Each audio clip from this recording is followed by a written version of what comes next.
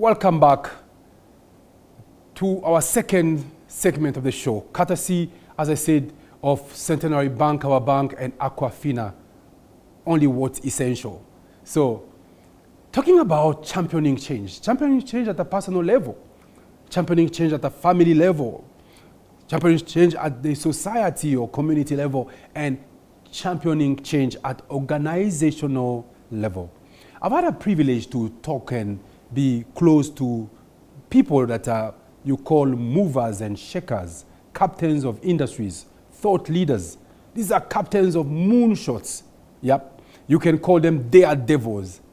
I came to realize some of these people don't become the type of people they are today, leading these multi-trillion Uganda shillings organizations just by chance.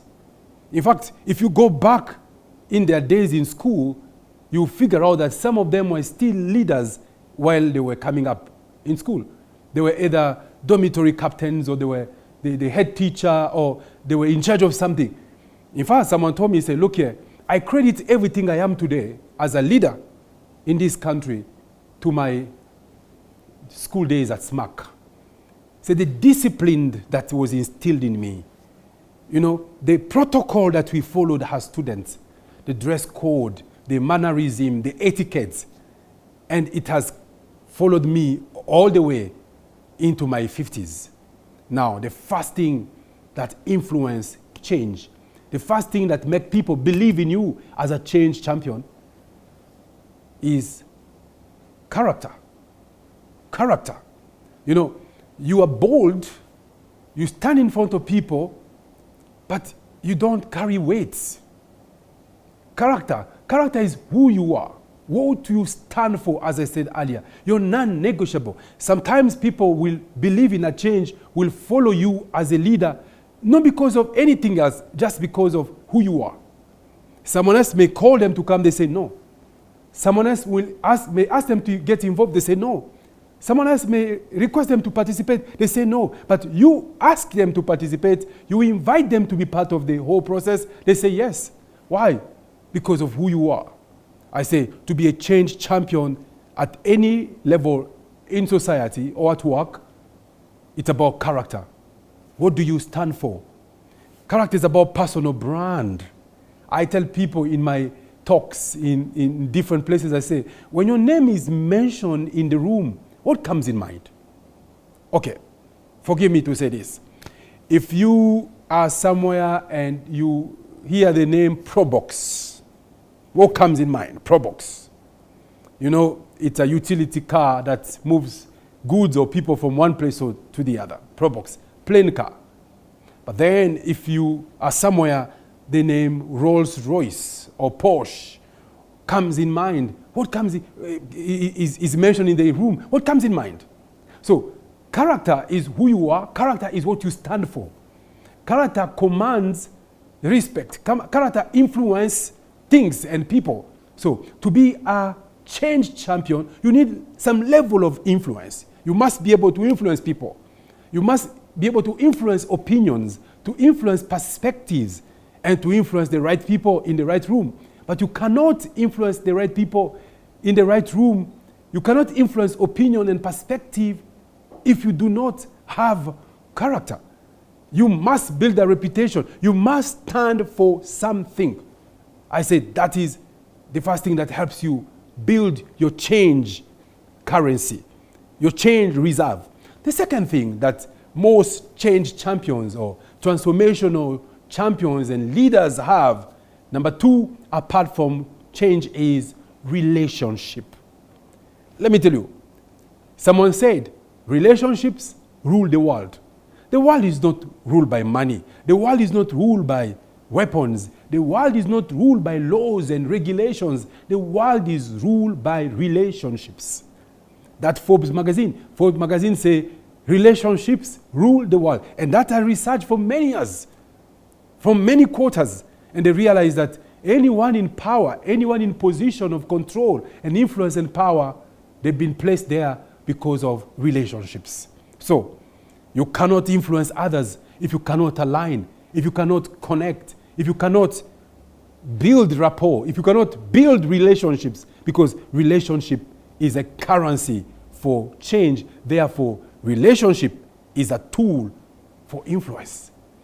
The next thing that makes you really a change champion is knowledge. Knowledge. Let me tell you, people have needs that they do not even know that they have. If someone told me, you can't be an influencer person, you can't be a change champion, you can't be someone that moves and shakes things if you can't identify core needs that people are grappling with. I say knowledge. Knowledge of people's situations, knowledge of the subject matter, knowledge of the real issues at hand, but knowledge that adds value to people. So knowledge is one of the things. I went somewhere and I was doing some consultancy work in this company, and there was this boy who was very timid, and I was talking to the CEO, say, we need some change champions here. People that can drive transformation in this organization. They can drive change in this organization. And I was looking at people with the alpha type personality, you know, those people that are bigger than life, you know, grander than life. And then the CEO told me, you can also pick this one. I said, I've been here for a week. I don't think this guy has got charisma, or they've got like clout around them to drive this change. He told me, Pepe, forget about cloud. Forget about charisma. This is one of the most knowledgeable professionals in these organizations. They have so much expertise that when the colleagues are stuck, they come to him for him to sort them out. So he commands respect. They respect him. Because of that respect, whatever change he will bring forward, people will embrace. People will believe in him. I say, my goodness. So knowledge inspires respect. And that respect creates influence. And influence makes people accept change. So what do you know that your immediate world doesn't know? What do you know that your supervisor doesn't know? What do you know that your organization doesn't know? What do you know that the world doesn't know? In fact, knowledge sets you apart. Knowledge sets you above. Knowledge causes you to be ahead of the curve. And that knowledge creates respect. And that respect inspires influence. And that influence can move people into change, accepting it and embracing it. So I say number one, character. Number two, relationships. And number three, knowledge. But let me tell you something else that makes you and qualifies you as a change champion. That make people believe in you and follow you and embrace the changes that are a bit uncomfortable and unusual.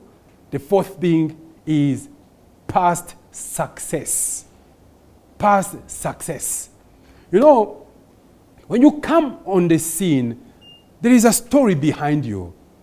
In fact, I went somewhere to do some work, and as I was meeting this great guy that I always admired in my life, and as I went to the boardroom and I was greeting him, trying to introduce myself to him, he said, you don't have to introduce yourself to me. He said, your reputation had preceded you.